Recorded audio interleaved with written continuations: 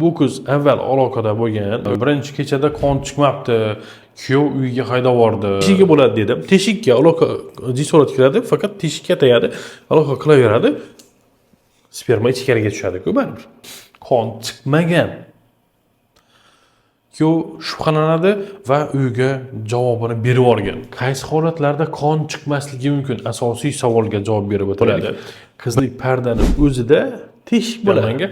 Barmoq bilan qizlik olinsa bo'ladimi yoki ruchka yoki shunga o'xshagan narsa tiksak qizlik olinadimi degan savollar ham bo'lgan. Qizlik pardasi birinchi hayz ko'rganda paydo bo'ladimi? Qarasa qizlik pardasi joyida turibdi. Qizlik pardasiz tug'ilish holatlari borib dush qabul qilsa dushda kelib turibdi. Ko'rgimga kelin va uni onasi yaqinlari yonimga kelishdi. Ya'ni qizimiz shunaqa holat bo'ldi. Ya'ni uni turmushga berdik. Birinchi kechada qon chiqmabdi. Kuyov uyga haydab yuboribdi. Nima qilamiz bu holatda, bizga maslahat bering deb kelishibdi.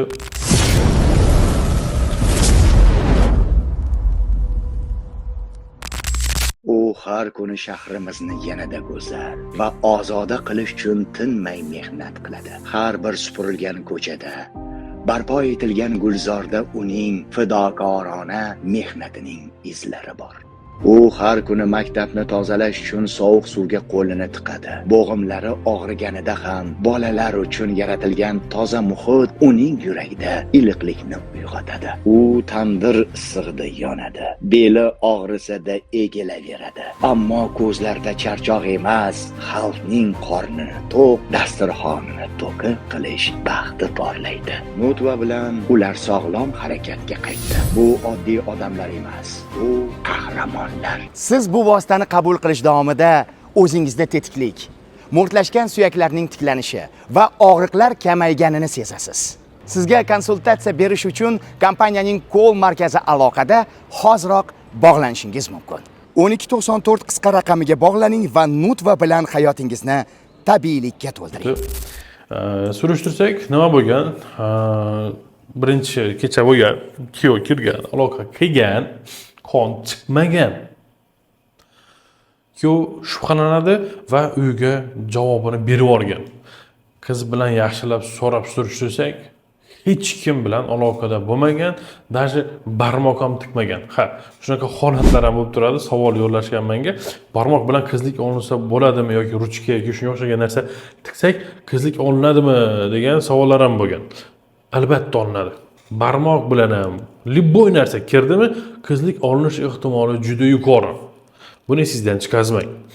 Shu narsani qilmagan keyin biz albatta bemorni sud medekspertizaga yubordik, kelinni tekshirib, menga qog'ozni olib kelishdi.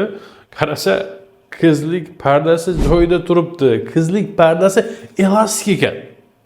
Cho'ziluvchan ekan. Aloqa qilgan, lekin qizlik pardasi yirtilmagan va qon kelmagan.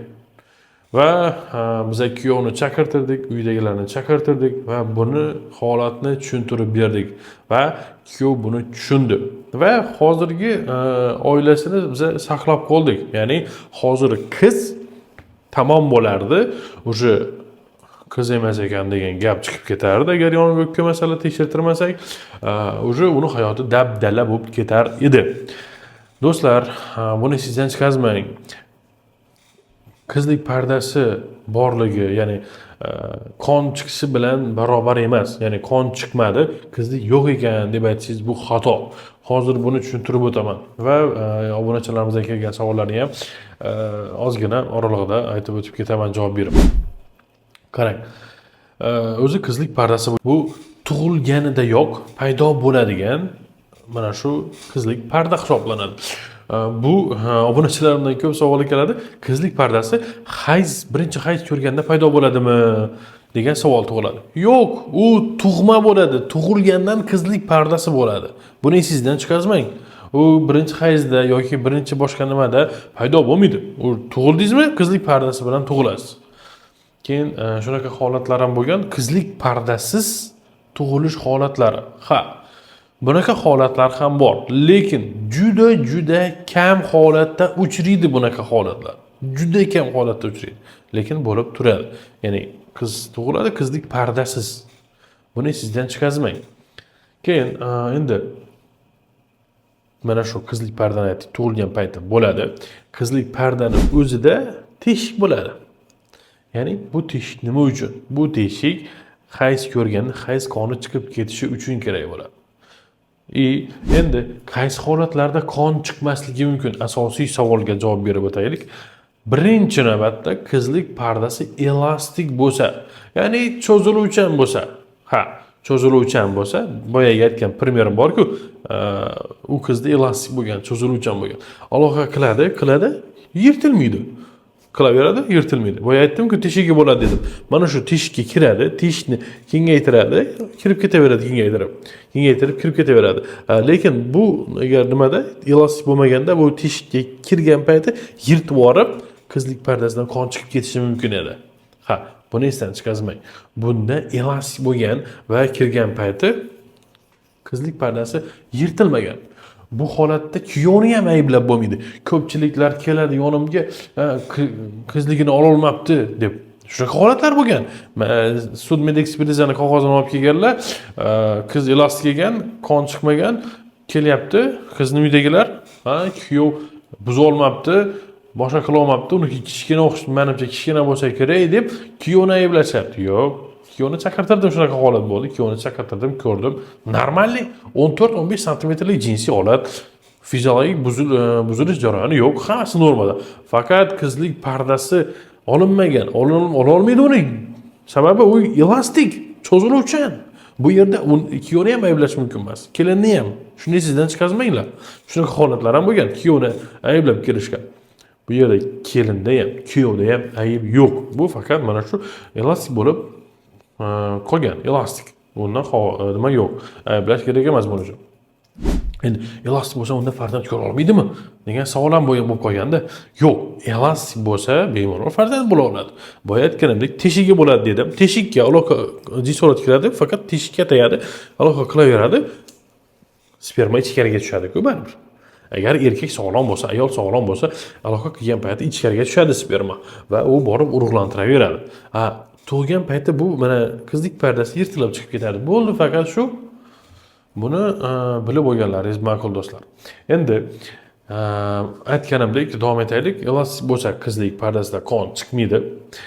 O'ta kuchli hayajon, qo'rquv bo'lsa ham qizlik pardasi olinganda qon chiqmasligi mumkin. U o'zini bo'shashtirib, rasslabisa qilib, tinchlanganidan keyin qon kelishi mumkin. Shunaqa holat bo'lgan, aloqa qilganlar, aloqa qilib bo'lgandan keyin qon kelmagan, borib dush qabul qilsa, dushda kelib turibdi. U o'zini tinchlangandan keyin kelganda, bu payti mana shu qizlik pardasida qon tomirlari bo'ladi. Qon tomirlar qisilib qoladi, ya'ni spazm bo'ladi. Spazm bo'lgandan keyin u qon tomir, ya'ni yirtilgan payti ham qon chiqmaydi, qisilib turadi, qo'rquvda bor, qo'rquvda unda qisilib turadi va qon chiqmaydi. Keyin o'zini tinchlangandan keyin asta qon tomiri yuborib yuboradi va qon chiqib ketadi. Bunaqa holatda ham bo'lishi mumkin. Endi qizlik pardasiz tug'ilishi mumkin. 3-sababini ham aytdik. Birinchisi elastik, juda qattiq qo'rquv, hayajon va mana shu holat, qizlik pardasiz tug'ilish. Qon kelmaslik holatlari bor. Mana pardada qon tomirlari kam bo'ladi. Qizlik pardada qon tomirlari kam bo'lishi mumkin. Chiqsa ham mayda ozgina chiqishi mumkin. Bu ko'pincha 20 yoshdan o'tgan qizlarda shunaqa bo'lishi mumkin. Hammasida emas, esingizdan chiqarmang. Hammasida shunaqa bo'ladi degani emas. Bu hammada har xil bo'ladi. Mana shu 4 ta sabab hisobiga qon kelmasligi mumkin yoki turib keyinroq kelishi mumkin yoki ozgina kelishi mumkin. Menimcha bilib oldingiz degan umiddaman. Endi samo-savoy savol tug'iladi erkaklar tomonidan, o'g'il bolalar tomonidan. Unda elastik bo'lsa aloqa qilib yuraversa boshqalar bilan, menga ham kelsa, men uni xotin qilib olsam, men ham aloqa qilsam, qon kelmasa elastik ekan deb yursam, u boshqa bilan ham bo'lgan bo'lsa, men qayerdan bilaman? U menga xiyonat qilgan, u boshqasi bilan bo'lgan bo'lsa, uni qayerdan bilaman deb aytishingiz mumkin. Yoki qon kelmasa, qizlik pardasida qon tomiri kelmagan shuning uchun kelmadi. Men qayerdan bilaman uni? Meni aldayotgandir deb aytishingiz mumkin. Bu ham to'g'ri fikr. Bu holatda maslahatim, aziz erkaklar, yaxshilab eshitib oling. Agar qon kelmasa, ayolingizdan shubhangiz bo'lsa, vaqtni o'tkazmasdan shu kuniyoq yoki ertasi kuniyoq 3 kun ichida darhol sud med ekspertizaga olib boring. Ular tekshirib sizga aytadi. Bu qiz avval aloqada bo'lgan yoki bo'lmaganligini. Ya'ni qizlik pardasi bor, shikastlangan, shikastlanmagan, elastik, aloqada bo'lgan, hammasini aytib beradi. Mana va sizni shubhangiz qolmaydi. Butun umr shubhalanib o'tishdan ko'ra ayolingizdan maslahatim ertasi kuniyoq borib tekshirtiring. Hurmatli kelinlar, sizlarga ham shu maslahatim. Yaxshilab eshitib oling shuni. Agar qon kelmasa, ozgina shubha sezayotgan bo'lsangiz, eringizni qo'lidan ushlab olib bortiring sud med ekspertizaga. Tekshirtiring. Shunda butun umr shubhadan o'tib ketmaysizlar. Bir-biringizdan shubhada bo'lasizlar. Ishonaveringlar, bunaqa holatlar juda ko'p bo'lgan. Yonimga kelishadi, yonimda janjallashib ketishadi. Ya'ni aytishib qolishadi. Senda qiz qon kelmaganda senda qizliging yo'q edi deb ham nagli yuziga aytganlar bo'lgan. Lekin u hech kim bilan bo'lmagan, bechora qiz. Shuning uchun maslahatim shunaqa holatlarda miya bilan ishlang. G'azabga to'lib ketadi u payt odam, bilaman. Lekin g'azabga to'lgan paytingiz o'zingizni tinchlantiring va miyangiz, aqlingiz bilan ishlang. Asab bilan emas, asab chiqqanda aql ketadi, g'azab chiqqanda. Shuning uchun ozgina tinchlanib olib, keyin bu muammoni hal qiling.